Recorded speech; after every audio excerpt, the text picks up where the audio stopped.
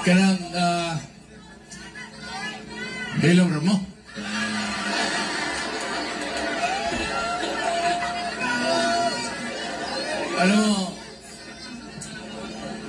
There was this request from Manila and other places asking me na kung magsalita ako, it's either in English or in Tagalog. Kasi covered yan dito ngayon all over the nation. Ang problema, hindi naman sila nakakaintindi ng Bisaya. Bagay, problema nila yan. Pero sisikapin ko na lang na mapaligaya ko na magsalita ako ng English pati Tagalog. Pero ako ay Bisaya. Sana yung sana yung ano ko.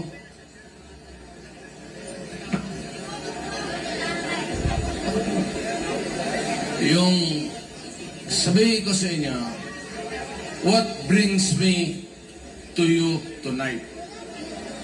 Retirado na ako. Na presidente na ako. Sa habang panahon, naging mayor ako ng siyudad ng Davao. 23 years plus 6 years as president.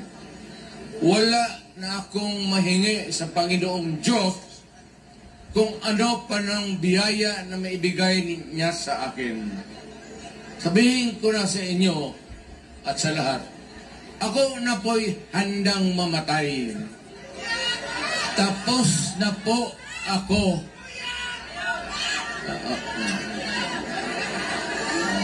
Paano tayo mamatay niyan kung buyag-buyag kayo dyan? Well, anyway, gano'n yung ano ko. Napilitan lang akong lumabas dahil dito.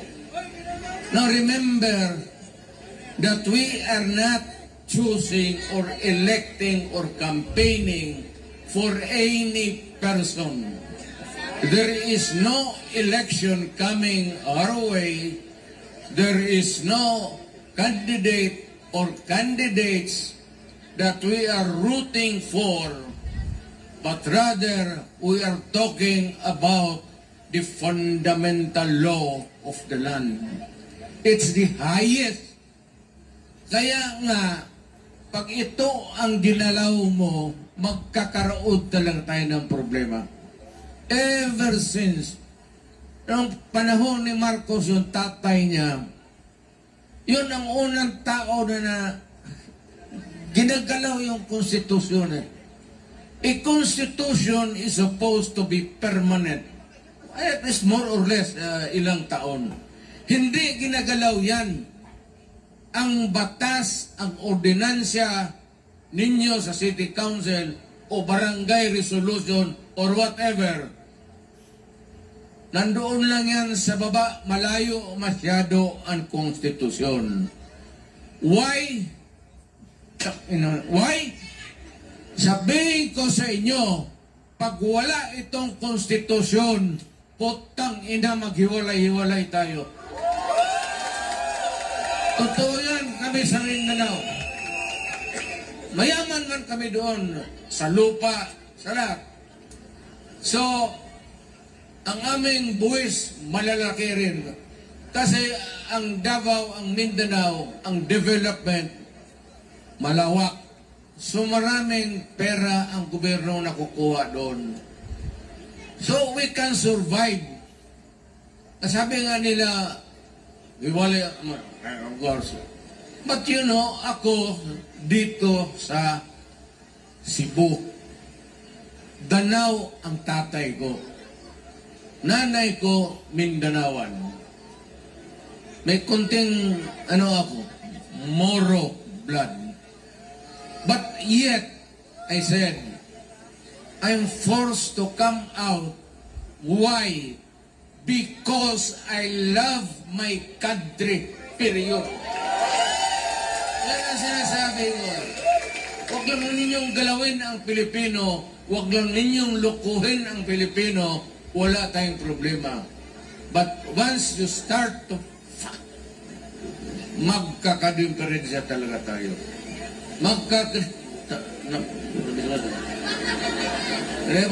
From Mindanao, lumilipad ako kung saan. At nagrarally naman kami sana sa mga lugar. Mind you, except for Cebu, and of course Davao, dito kami nakakuha ng permit. Although, ni-revoke kasi sa Freedom Park man sana tayo. Look at the incongruity of it all. Tingnan mo naman ang Freedom Park, where we are supposed to air our view, our sentiments, anong sa utak natin para sa kapwa-tao natin, para sa bayan, para sa lahat. Yan sana, kaya nga tatawag Freedom Park. But what is very anomalous is that nandito tayo kay ang Freedom Park gisirhan. Ano?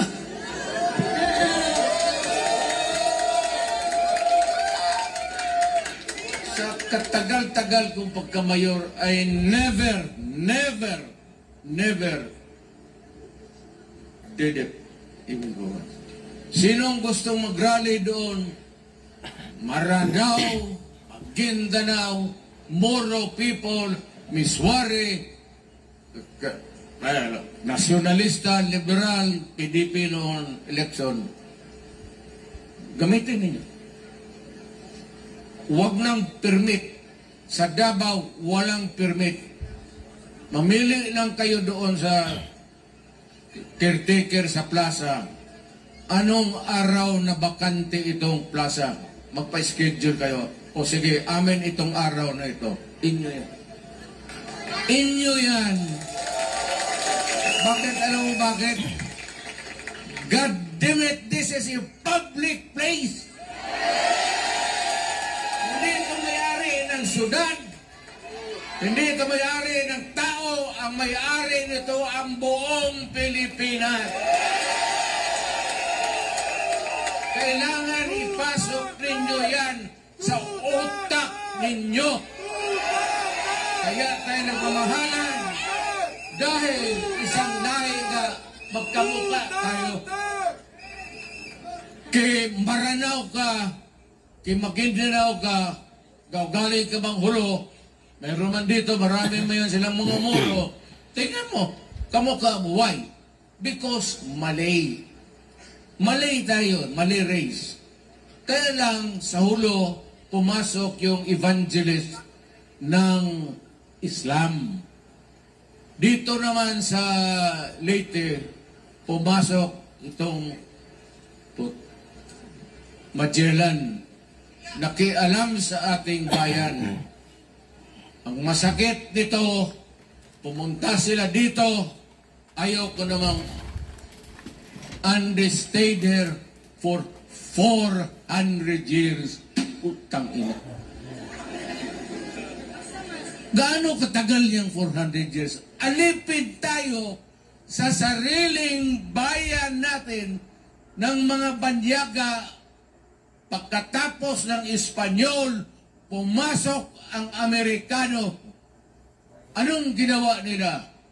Yung lahat ng magagandang kahoy natin sa bukid, lahat ng minerals na nakuha nila na madali nilang hukayin, kinuha nila. Anong iniwan nila 1945? After the war, hindi man sana tayo kasali sa gera na yun. Ay, hindi yan mga Amerikano eh. Nandiyan yung base. Kaya ngayon, kita mo kung saan-saan sila naglalagay ng harap ng China si EDCAP basa. Alam mo, pag nagkagirap, pagputok lahat yan. Alam mo, ang China, basta ganoon lang bright yan. ang missile na yan nakatutok na sa Pilipinas.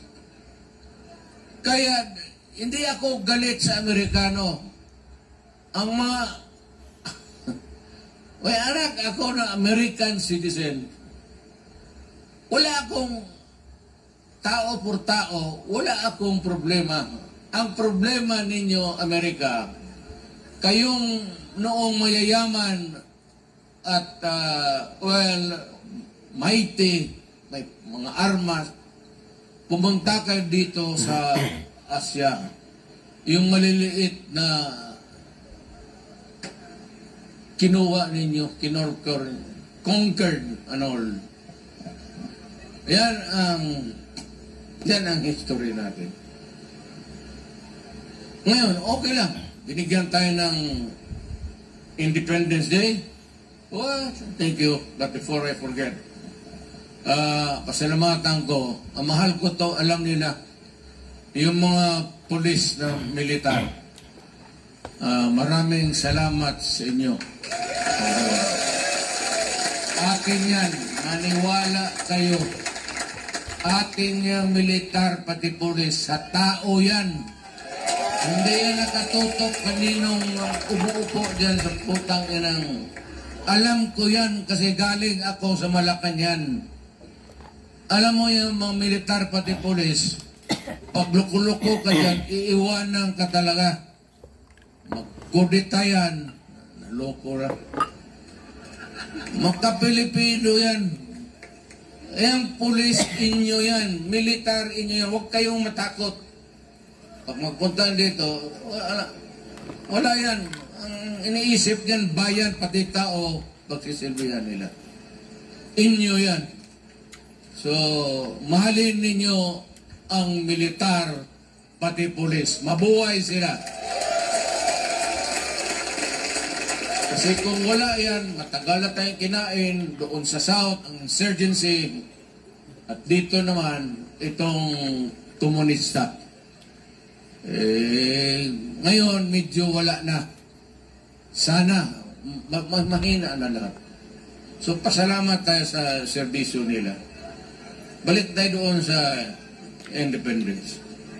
So, ganun pa man, perfect na sana. But once in a while, maganda na ang takbo. Independent Republic of the Philippines. Every now and then, we have elections. We choose the leaders sa community to run the government. Okay na yan. Pero yung seasonal yan eh. May panahon talaga, si Marcos noon attempted to tinker with the Constitution. And then we had trouble. Kaya pumasok si Cory, at si Cory naman fixed it itong 1987. Pero ganoon pa na marami ang pagkukulang. May pagka-anti kasi sa establishment. Hindi sa military pati police. But they were not happy with the police and the military. Pero ako isang piskal, prosecutor ako sa korte. Araw-araw ako nandyan sa korte, nagtatrial. Ang daily bread ko is yung people of the Philippines versus yun. Ako ang nagpo-prosecute, ako ang, kung maaari lang, na ma-secure ko yung conviction para makulong. Kaya yung mga masasamang tao, noon, araw-araw akong nagpapagod. Pero yung komunista, medyo, ako, kasi prinsipyo eh. Pero ganito mga kidnapper, hold-upper, man-rape, tapos hold up, kunin yung pera, patayin pa. Ibahin ninyo itong komunista. Iba yan. So, prinsipyo lang yan yung away natin. So, wala masyado akong problema niyan. Pero nung mayor ako, naging pag-usap ako sa kanila.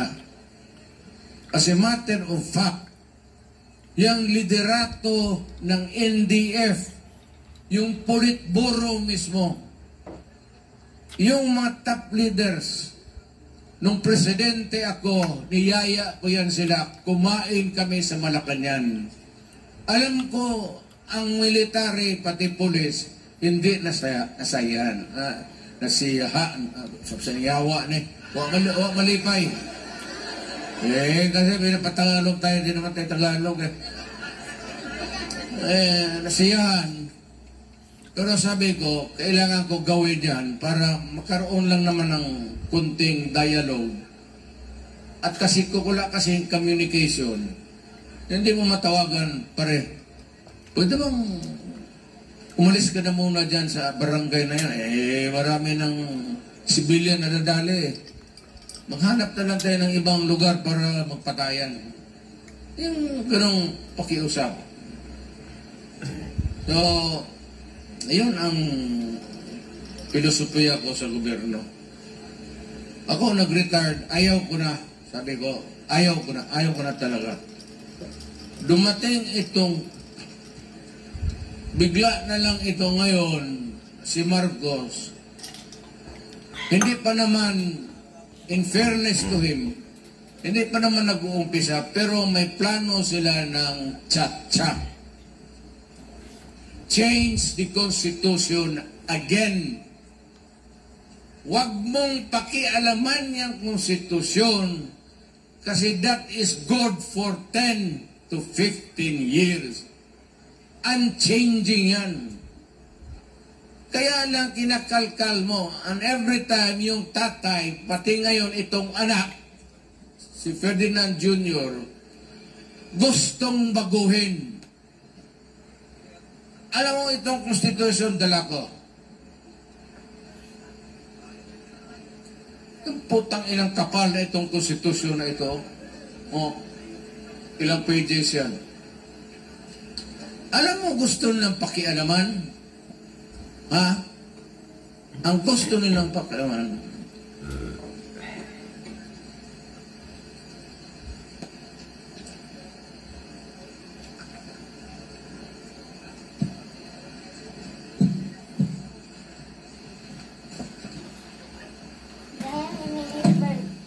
Bago sa lahat, palaala ko lang, lahat sa gobyerno, mayor, governor, o sino man, may page lang dito, ng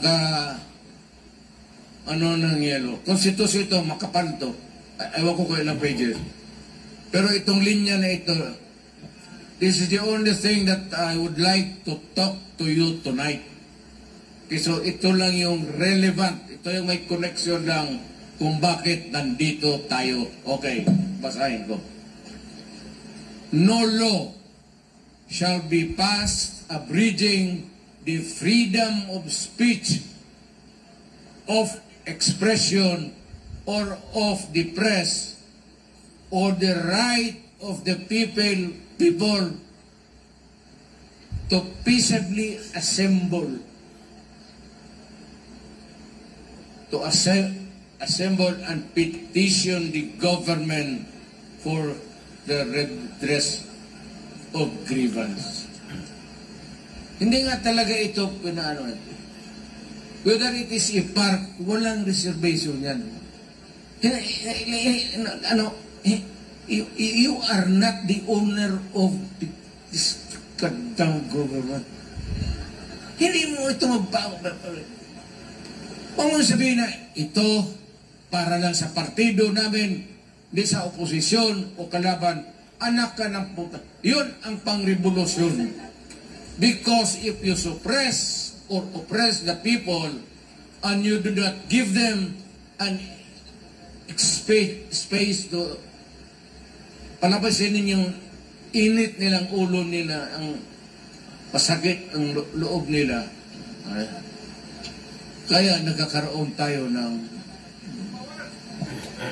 ito, importante ito. No law shall be passed abridging, wag mong pakialaman, wag mong lechehan yan, the freedom of speech, Hindi ka pwedeng mapagilan. Pag sumobra ka, malaybil ka.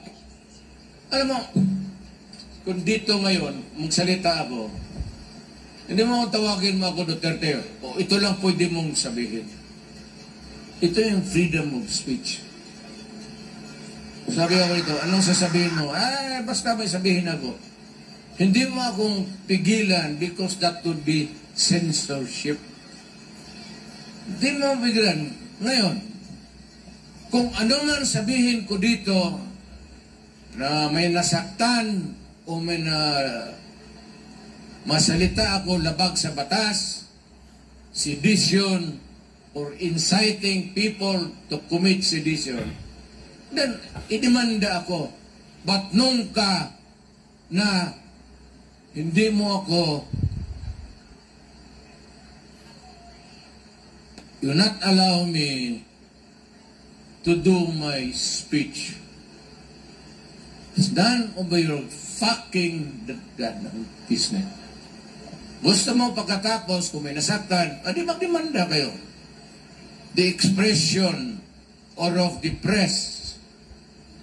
Kaya importante yung publication, hindi mo pwedeng, huwag mong sabihin dyan sa newspaper, ito sabihin mo. At saka yung press, walang lisensya yan. Yan ang negosyo. Mag-printing press ka na, hindi ka kailangan humingi ng permit kahit kanino man. Ganon kahalaga itong konstitusyon na ito. Huwag ninyo itong bitawan. Magkaletse-letse na ang buhay, sabihin ninyo, kung hindi tayo pwede magkaintindihan dito, patayan. Wala tayong problema. Wala. Ganon talaga ang buhay. So, ito yan. Ngayon, I'd like to move on to something else. Maliit lang itong istorya ko.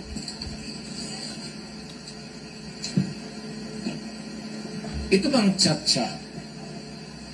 Sabi ko yung konstitusyon na permanente. Hindi ang batas, ordinansya na palit-palitan mo kung ayaw mo o in maybe to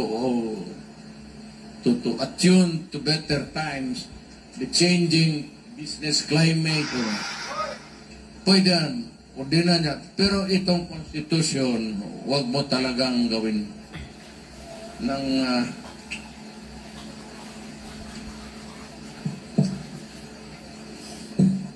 bakit ang chat about our anong probinsya propo mo? Wala. Perfect itong konstitusyon natin. Ngayon, may isang page lang sila. This is Article 7 of the Section 4 of the Constitution. Isang sentence lang yan. Isang phrase lang nga ang gusto nilang tanggalin. Ano yan? The President and the Vice President shall be elected by direct vote of the people for a term of 6 years. Only yan. Which shall begin at noon on the 30th day of June next following the day of the election, and shall end at noon of the same day 6 years thereafter. 6 years.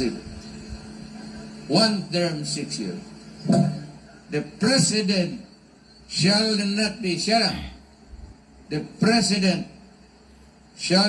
be eligible for any re-election. Kaya dito si Marcos, hindi na talaga siya pwede.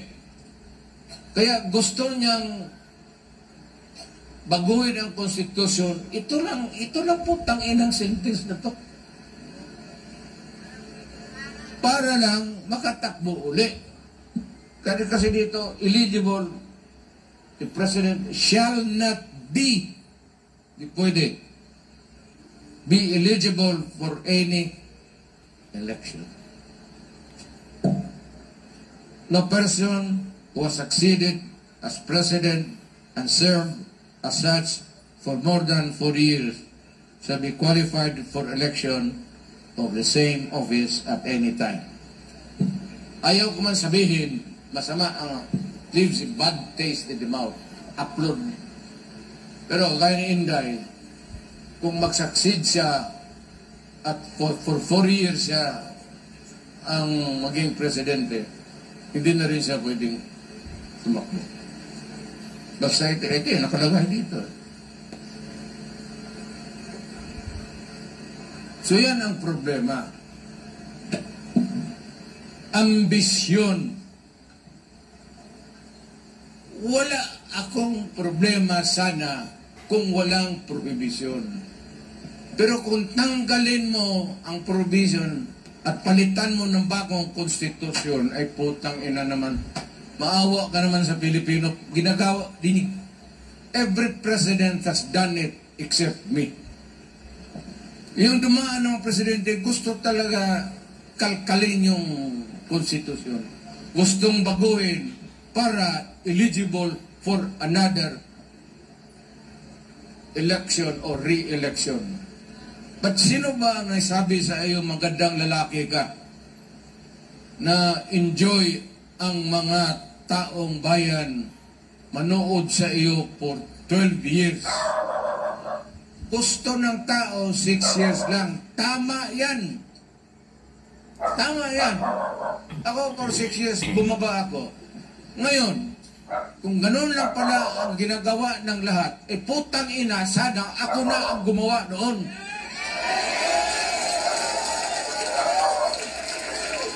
At least ako abogado, hindi naman ako bright masyado, pero may alam ako. Ito, second year. Walang...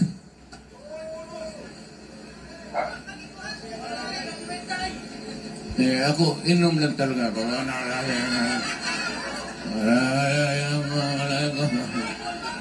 Pero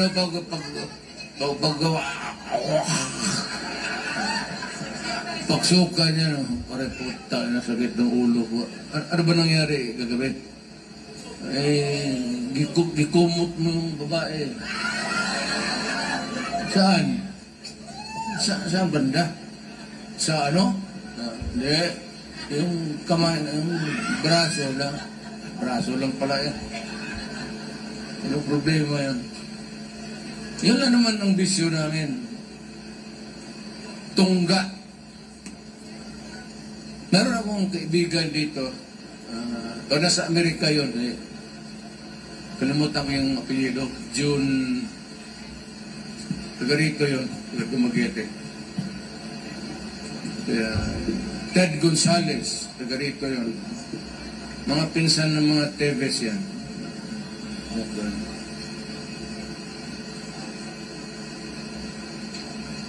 Ako naman wala akong politika dito sa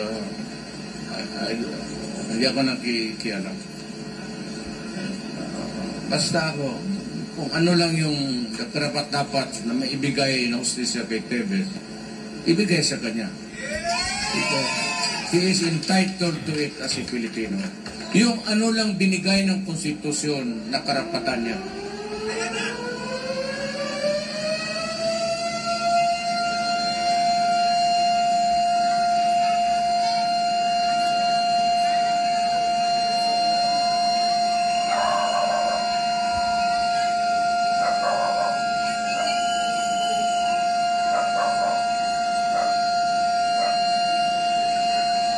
Humurot mo ng baterya ng buwang.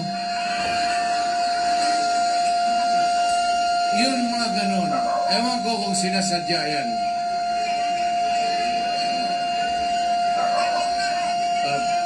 May korpyo.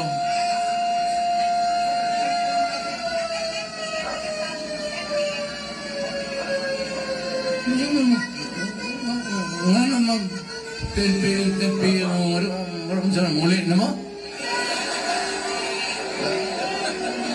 Ano ng pulisa na uy buang punudang dia wala na akong kung asa ka ito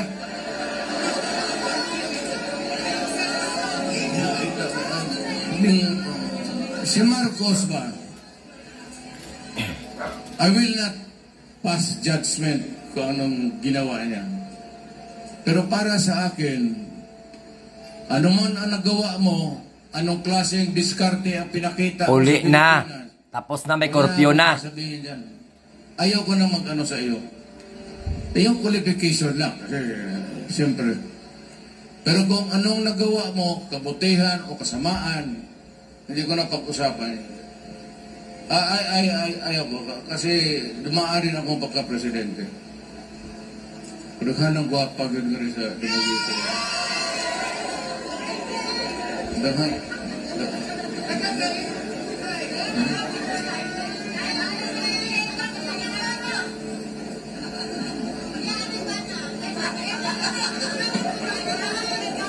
Kada huna man kong patyo na pa asawa. Hindi siguro. Ang kadaog kay duha na. Duha mo akong gurguron.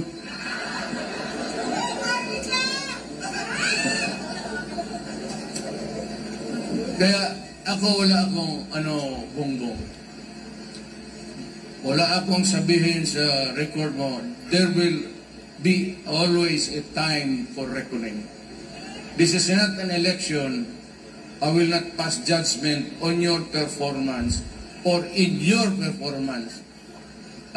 But sabihin ko lang sa iyo, whether you have done good or exceedingly good or exceedingly bad, worse, hindi na ako. Huwag ka nang tumakbo kasi magkagulo lang. Huwag mo nang galawin ang konstitusyon kasi magkagulo talaga tayo. Do not ever believe na ikaw yung exception. Eh di sana kung ganon, ginawa ko na nga. Bakit ako maghintay sa iyo? Isang daan lang tayo, Bongbong. Hayaan mo na lang, ayusin mo na lang ang bayan. Although baluktot, yung putang inang... hayaan mo na. Umalis ka na dyan. Tapos mamili tayo ng tagad, Western, Visayas, Ilonggo na naman, Lintek nga. Di ba pwede? Baw husay na mo Ilonggo, ganda. Di ba, ako ba sigkid sa... Could be Waray, it could be Ilonggo, basta Pilipino. At may eleksyon. Wala akong... It could be Yakan, it could be Moro. Bahala na, basta gusto ng Pilipino. Total Pilipino rin yan. At huwag kayong maano dyan sa mga muro-muro na itong mga muro na kapatid natin, mga mahusayan. May mga rebelde rin, kagaya natin, may mga rebelde rin kayo dito sa Western Visayas. Alam mo, dito malakas ang NPA. Alam mo bakit? Because of the conflict sa lupa. Hayon yung saan yung... Hindi naman ako ng ano ha. Pero sa totoo man, hindi nila ako. Kaibigan ko kasi. Pero kayong may mga asyenda, tubuhan, kagaya ng Central Luzon, mga kuwang ko, pati ito dito, meron talagang insurgency problem. Meron talaga tayong problema. Kaya ako, kung maari lang, bilis-bilisan na ang land reform. Hindi na bale na sabihin mo, ibigay mo yan, wala namang kapital yan, maghihirap. Hayaan mo. Let it evolve in the years to come. Baski mahirap siya, bigyan mo ng pera sa land bank, pahiramin mo ng pera para to cultivate. Kasi pag hinaros mo yung banana, malaki ang binibigay ng export earnings. But then again, the fundamental problem dito sa ating bayan, especially dito sa is itong lupa. Ibigay mo talaga as many as you can. Ako walang problema na presidente ako. Halos lahat public lands. Basta sabi ko yung puno dyan, sino may-ari niya? Medyo gubat. Sino may-ari yan? Gobyerno. Sige. Pasok kayo dyan. Inyo na yan. Putulin ninyo. Sabihin ko sa gobyerno, linisan ninyo, ibigay ninyo sa tao. Bakit natin maghintay ng... Why do we have to wait for what? Tapos naglarami ang Pilipino. Tapos wala kang policy na clear. Kung ano ba ito mga lupa na ito? Let it rot. Paano mo itong... Ibigay mo na. Para mapakinabangan at makatulong sa pagkain, baski pagkain lang. Yun ang... yung kunting kaligayahan. So, Bongbong Marcos, wag kang... Ako, advice. Hindi naman kita iniinsulto, pero yung para sa akin, yung performance mo is or was until now and still is a dismal failure. Wala kang basta ikaw lang dyan sa itaas, puro ka English. Lumaki kasi sa Amerika, maganda yung English mo kaysa akin. Well, I know, even if I talk in English, there are a lot of things that I have to do with. I can also talk in a way that they do, but bakit ako magpahipokrito? Bisaya man ako. So, wag kayong pumasok sa tsa-tsa at wag kayong pumayag. Kasi pag ginalaw yan, wala ng katapusan because they will open the Constitution. Ayan yung Constitution. Republic of the Philippines. 1987 Constitution of the Republic of the Philippines. Preamble. We the sovereign Filipino people imploring the aid of Almighty God in order to build a just and humane society and establish a government that shall embody our ideals and aspirations, promote the common good, conserve and develop our patrimony para lang sa atin. Huwag yung bigay ba siya? And to secure to ourselves and our posterity sa mga anak natin for future generation the blessings of independence and democracy under the rule of law and a regime of truth, justice, freedom, love, equality, and peace. Do ordain and promulgate this Constitution. Yan ang basic principle. Ang una dyan is itong Bill of Rights. Itong Bill of Rights, alam mo, ang sunod dyan, sunod na chapter, Congress. Sunod na chapter dyan, Presidente. Sunod ang Korte. Ang Bill of Rights, parang wall yan, na hindi itong Presidente, Congress, or Supreme Court, kailangan sumunod ng Konstitusyon. Ito yan, it is the barrier. It is the protection of the people. Yan ang barrier. Kaya hindi mo basta-basta Kaya, well, maliit man itong lugar, okay lang. Sino yan? Sino yung monumento niyan?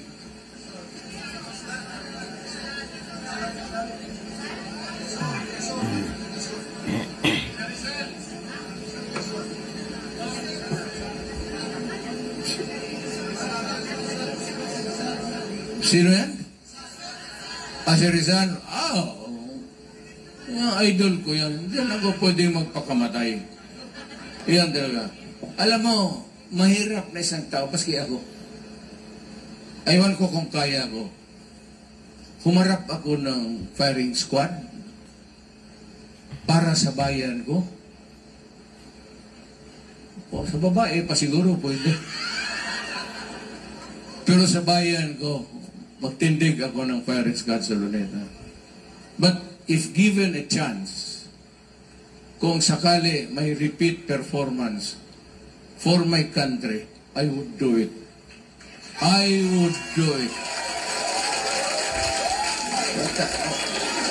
Kaya lahat ng gusto ko, nakuha ko na. Lahat ng magagandang aliw, nakuha ko na lahat. Wala na, matanda na ako. So,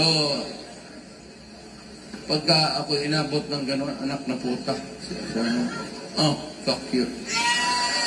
Sige, tira.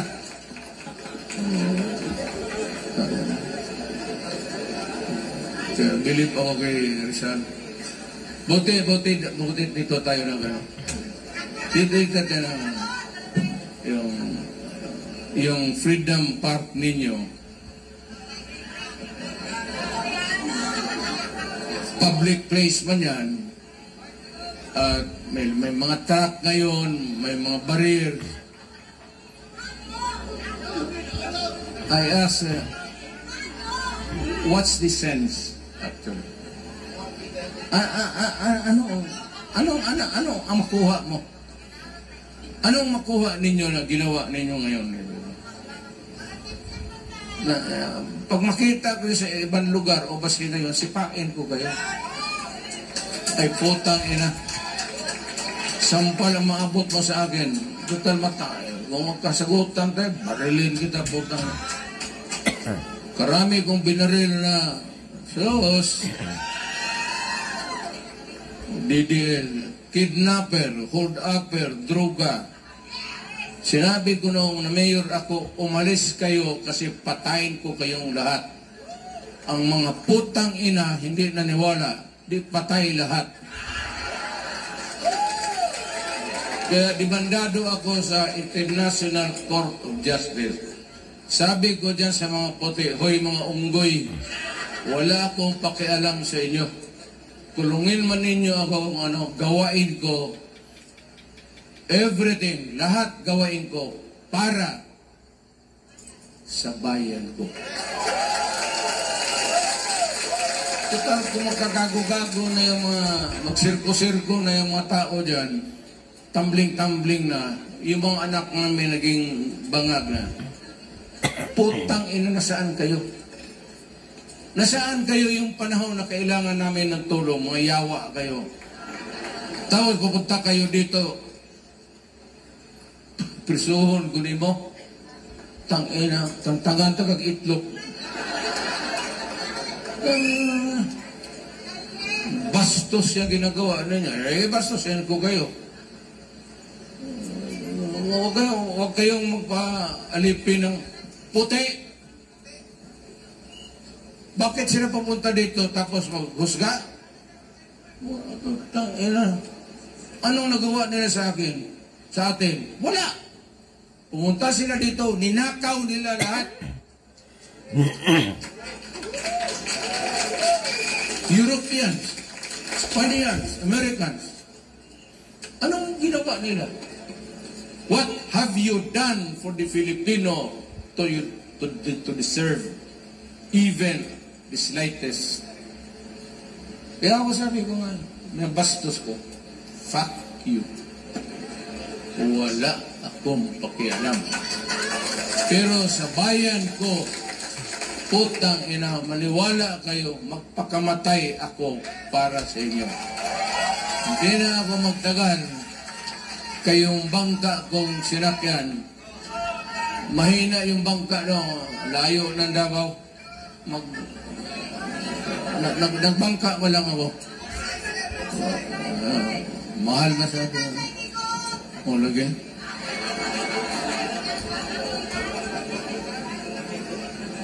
Sige, yung iba na magaganda, magtapok kayo dito sa... dalhin ko kayo sa Davao. Katayin ko kayo sa pag-ibig. Okay, ngayong gabi, salamat.